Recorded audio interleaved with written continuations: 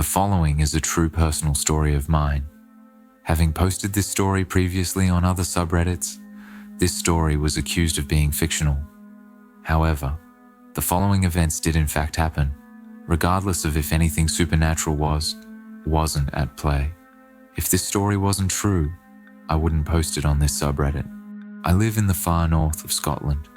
Disturbing things have washed up ashore. For the past 2.5 years now, I have been living in the north of the Scottish Highlands, and when I say north, I mean as far north as you can possibly go. I live in a region called Caithness, in the small coastal town of Thurso, which is actually the northernmost town on the British mainland. I had always wanted to live in the Scottish Highlands, which seemed a far cry from my gloomy hometown in Yorkshire, England. And when my dad and his partner told me they'd bought an old house up here, I jumped at the opportunity. From what they told me, Caithness sounded like the perfect destination. There were seals and otters in the town's river, dolphins and orcas in the sea, and at certain times of the year, you could see the northern lights in the night sky. But despite my initial excitement of finally getting to live in the Scottish Highlands, full of beautiful mountains, amazing wildlife, and vibrant culture, I would soon learn the region I had just moved to was far from the idyllic destination I had dreamed of. So many tourists flood here each summer, but when you actually choose to live here, in a harsh and freezing coastal climate, this place feels more like a purgatory. More than that, this place actually feels cursed. This probably just sounds like superstition on my part, but what almost convinces me of this belief, more so than anything else here, is that disturbing things have washed up on shore, each one supposedly worse than the last, and they all have to do with death.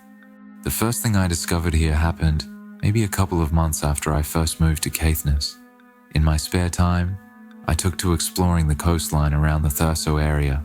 It was on one of these days that I started to explore what was east of Thurso. On the right-hand side of the mouth of the river, there's an old ruin of a castle, but past that leads to a cliff trail around the eastern coastline. I first started exploring this trail with my dog, Maisie, on a very windy, rainy day. We trekked down the cliff trail and onto the bedrocks by the sea, and making our way around the curve of a cliff base, we then found something. Littered all over the bedrock floor were what seemed like dozens of dead sea birds. They were everywhere. It was as though they had just fallen out of the sky and washed ashore.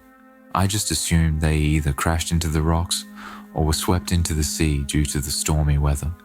Feeling like this was almost a warning, I decided to make my way back home, rather than risk being blown off the cliff trail. It wasn't until a day or so after, when I went back there to explore further down the coast, that a woman with her young daughter stopped me, shouting across the other side of the road through the heavy rain. The woman told me she had just come from that direction, but that there was a warning sign for dog walkers, warning them the area was infested with dead seabirds that had died from bird flu. She said the warning had told dog walkers to keep their dogs on a leash at all times, as bird flu was contagious to them. This instantly concerned me, as the day before, my dog Maisie had gotten close to the dead seabirds to sniff them. But there was something else. Something about meeting this woman had struck me as weird. Although she was just a normal woman with her young daughter, they were walking a dog that was completely identical to Maisie, a small black and white border collie. Maybe that's why the woman was so adamant to warn me, because in my dog, she saw her own, heading in the direction of danger. But why this detail was so weird to me was because it almost felt like an omen of some kind. She was leading with her dog, identical to mine, away from the contagious dead birds, as though I should have been doing the same. It almost felt as though it wasn't just the woman who was warning me, but something else, something disguised as a coincidence. Curious as to what this warning sign was, I thanked the woman for letting me know, before continuing with Maisie towards the trail. We reached the entrance of the castle ruins, and on the entrance gate, I saw the sign she had warned me about. The sign was bright yellow and outlined with contagion symbols. If the woman's warning wasn't enough to make me turn around, this sign definitely was. And so I head back into town, all the while worrying that my dog might now be contagious. Thankfully, Maisie would be absolutely fine. Although I would later learn that bird flu was common to the region, and so dead seabirds wasn't anything new, what I would stumble upon a year later, washed up on the town's beach, would definitely be far more sinister. In the summer of the following year, like most days, I walked with Maisie along the town's beach, which stretched from one end of Thurso Bay to the other. I never really liked this beach, because it was always covered in stacks of seaweed, which not only stunk of sulfur, but attracted swarms of flies and midges. Even if they weren't on you, you couldn't help but feel like you were being bitten all over your body. The one thing I did love about this beach was that on a clear enough day, you could see in the distance one of the islands of Orkney. On a more cloudy or foggy day, it was as if this particular island was never there to begin with, and all you instead see is the ocean and a false horizon. On one particular summer's day, I was walking with Maisie along this beach. I had let her off her lead, as she loved exploring and finding new smells from the ocean. She was rummaging through the stacks of seaweed, when suddenly, Maisie had found something. I went to see what it was, and I realized it was something I'd never seen before. What we found, lying on top of a layer of seaweed, was an animal skeleton. I wasn't sure what animal it belonged to exactly, but it was either a sheep or a goat. There were many farms in Caithness and across the sea in Orkney. My best guess was that an animal on one of Orkney's coastal farms must have fallen off a ledge or cliff, drowned, and its remains eventually washed up here. Although I was initially taken back by this skeleton, grinning up at me with its molar-like teeth, something else about this animal quickly caught my eye. The upper body was indeed skeletal remains, completely picked white clean, but the lower body was all still there. It still had its hoofs and all its wet fur. The fur was dark grey, and as far as I could see, all the meat underneath was still intact. Although disturbed by this carcass, I was also very confused. What I didn't understand was, why had the upper body of this animal been completely picked off, whereas the lower part hadn't even been touched? What was weirder, the lower body hadn't even decomposed yet. It still looked fresh. I can still recollect the image of this dead animal in my mind's eye. At the time, one of the first impressions I had of it was that it seemed almost satanic. It reminded me of the image of Baphomet, a goat's head on a man's body. What made me think this was not only the dark goat-like legs, but also the position the carcass was in. Although the carcass belonged to a goat or sheep, the way the skeleton was positioned almost made it appear hominid. The skeleton was laid on its back, with an arm and leg on each side of his body.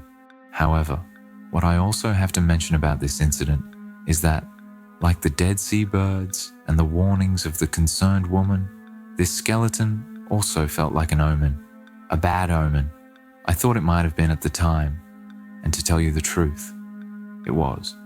Not long after finding this skeleton washed up on the town's beach, my personal life suddenly takes a very dark and somewhat tragic downward spiral. I almost wish I could go into the details of what happened, as it would only support the idea of how much of a bad omen this skeleton would turn out to be, but it's all rather personal. While I've still lived in this godforsaken place, I have come across one more thing that has washed ashore, and although I can't say whether it was more or less disturbing than the Baphomet-like skeleton I had found, it was definitely bone-chilling.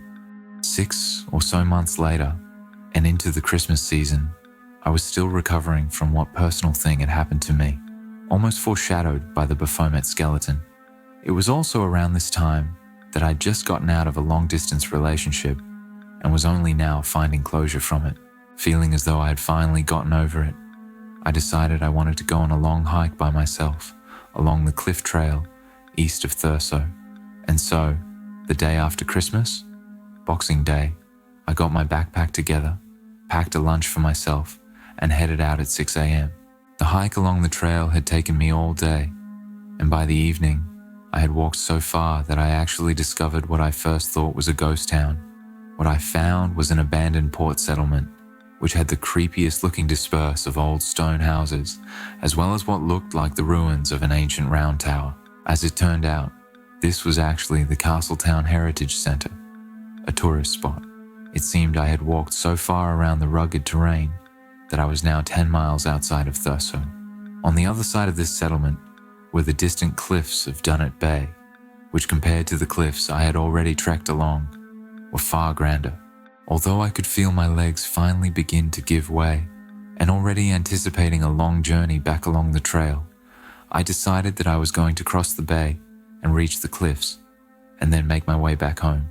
Considering what I would find there, this is the point in the journey where I should have stopped. By the time I was making my way around the bay, it had become very dark. I had already walked past more than half of the bay, but the cliffs didn't feel any closer. It was at this point when I decided I really needed to turn around, as at night, walking back along the cliff trail was going to be dangerous, and for the parts of the trail that led down to the base of the cliffs, I really couldn't afford for the tide to cut off my route. I made my way back through the abandoned settlement of the Heritage Center, and at night, this settlement definitely felt more like a ghost town. Shining my phone flashlight in the windows of the old stone houses, I was expecting to see a face or something peer out at me. What surprisingly made these houses scarier at night were a handful of old fishing boats that had been left outside them. The wood they were made from looked very old, and the paint had mostly been weathered off. But what was more concerning was that in this abandoned ghost town of a settlement, I wasn't alone. A van had pulled up, with 3 or 4 young men getting out. I wasn't sure what they were doing exactly, but they were burning things into a trash can. What it was they were burning, I didn't know. But as I made my way out of the abandoned settlement, every time I looked back at the men by the van, at least one of them were watching me. The abandoned settlement. The creepy men burning things by their van. That wasn't even the creepiest thing I came across on that hike. The creepiest thing I found actually came as soon as I decided to head back home, before I was even back at the Heritage Center. Finally making my way back, I tried retracing my own footprints along the beach. It was so dark by now that I needed to use my phone flashlight to find them.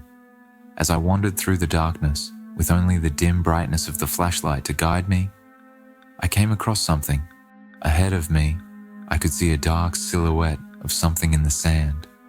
It was too far away for my flashlight to reach, but it seemed to me that it was just a big rock, so I wasn't all too concerned. But for some reason, I wasn't 100% convinced either. The closer I get to it, the more I think it could possibly be something else. I was right on top of it now, and the silhouette didn't look as much like a rock as I thought it did. If anything, it looked more like a very big fish, almost like a tuna fish.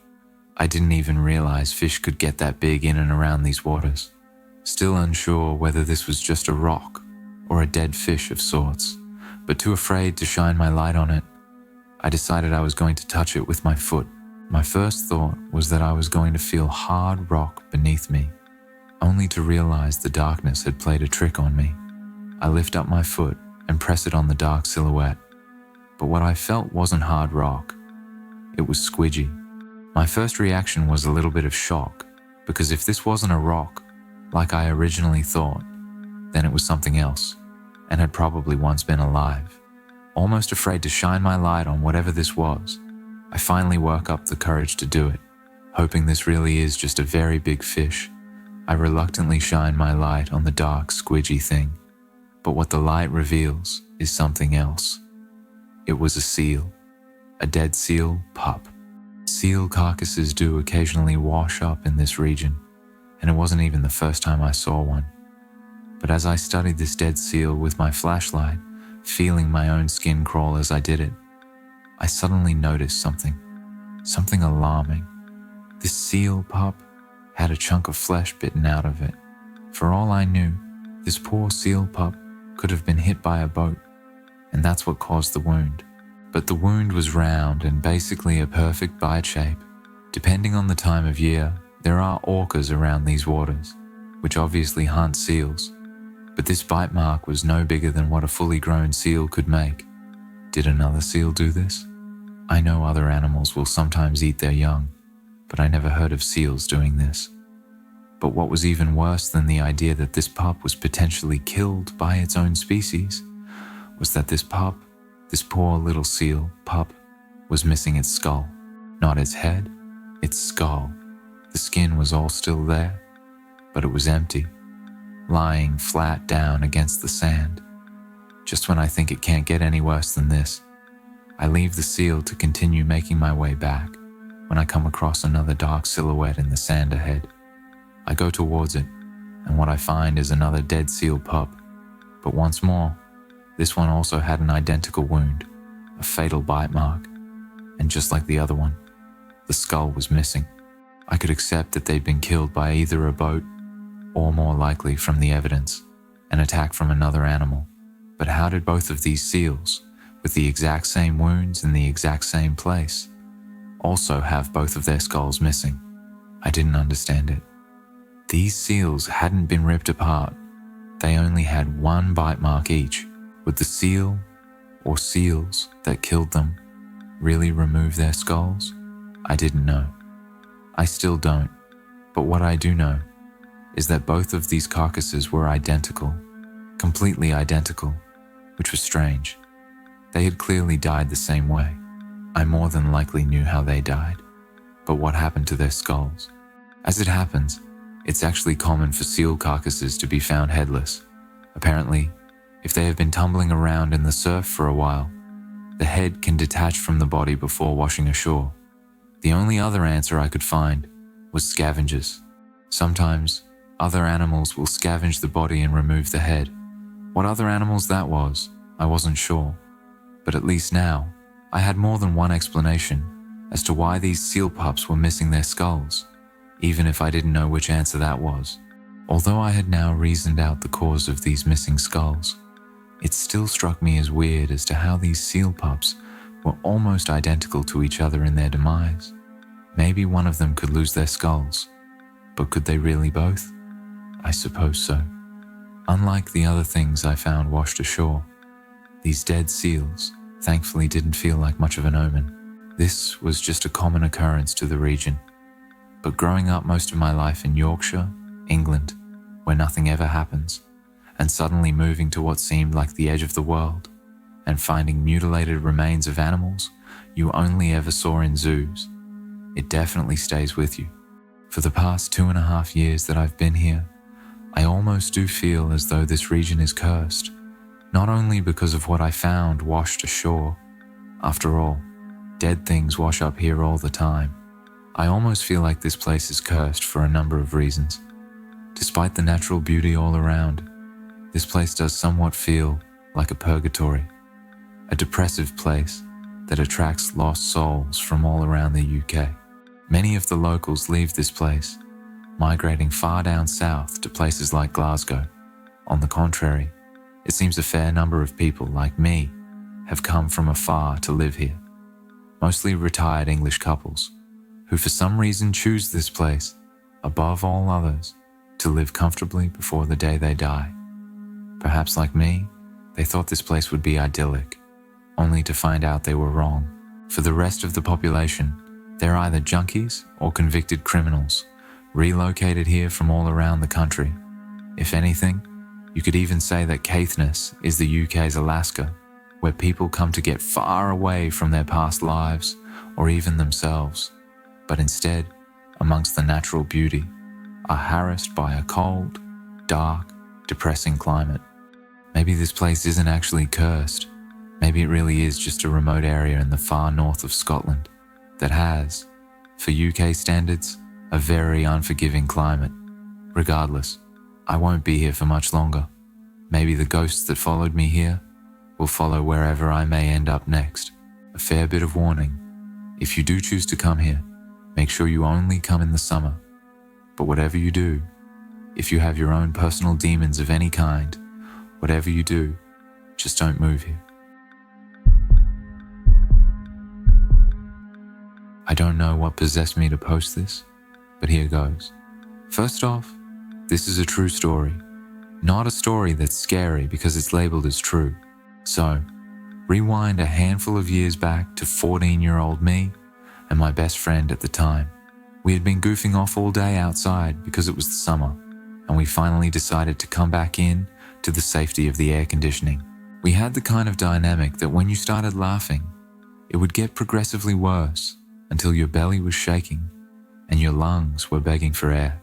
This is relevant because while we were enjoying the warm, really bright, sunny afternoon, we heard something that made us instantly go dead silent. As we were laughing in a fit of hysteria, suddenly, a very clear male voice laughed what sounded like behind us. Bear with me here if you don't believe in ghosts, because this is just half of the story. I remember it was so loud, gruff, and just, you don't hear that every day, no? We turned to each other slowly, eyes wide, then burst out in laughter so hard I almost tipped backwards in the kitchen chair. It scared us so much that we couldn't contain how funny it was to see each other be scared shitless. For a long time we told that story of the random giggling ghost we heard, but it turned much more grim in my head as I began to realize the full nature of that day. So now, fast forward a couple of years, honestly this part is what creeps me out about this. It's now about 2022. I'm 16. My mom and my stepdad had noticed that odd things were going on in our boiler room behind our house. For one, we didn't have a lock that properly functioned on the door, so they would go back there to the door sometimes being fully swung open, light on. Over time, they noticed things being moved around, trash being left in the room, and at times, even needles. We discovered that before our stay there, it was a major drug house. I'm sure you've already began to paint a picture of what went on that day when my friend and I were goofing off. If not, I'll paint the map. In the kitchen where we sat, we heard the disembodied voice coming from behind us, but it sounded faint enough to be from another room. The boiler room was on the other side of the wall next to the kitchen table. All in all, we quite literally might not have been alone that day, which to me is scarier than it being a ghost. To this day, I have no idea who was in the boiler room, listening to us chat about school, boys, anime, and other random nonsense. You could hear absolutely everything from that room, as I'd been out there before. Conversations inside sound clear as day. This was followed by a number of instances over the years where I'd be alone in the kitchen late at night between 12 a.m. and 4 a.m. and hear scuffles coming from seemingly nowhere. Just movement, like someone moving around or moving things around. There is a chance it could have been paranormal, but I kind of doubt it. The laugh was so loud it literally just sounded like a man in the other room. I laugh about this now. I always kind of have, but for dramatic effect. But now I realize how dangerous this situation was. We were completely alone that day, with some random, maybe even violent, person in the other room. A complete stranger. The boiler room man. Anyways, keep your doors locked, guys.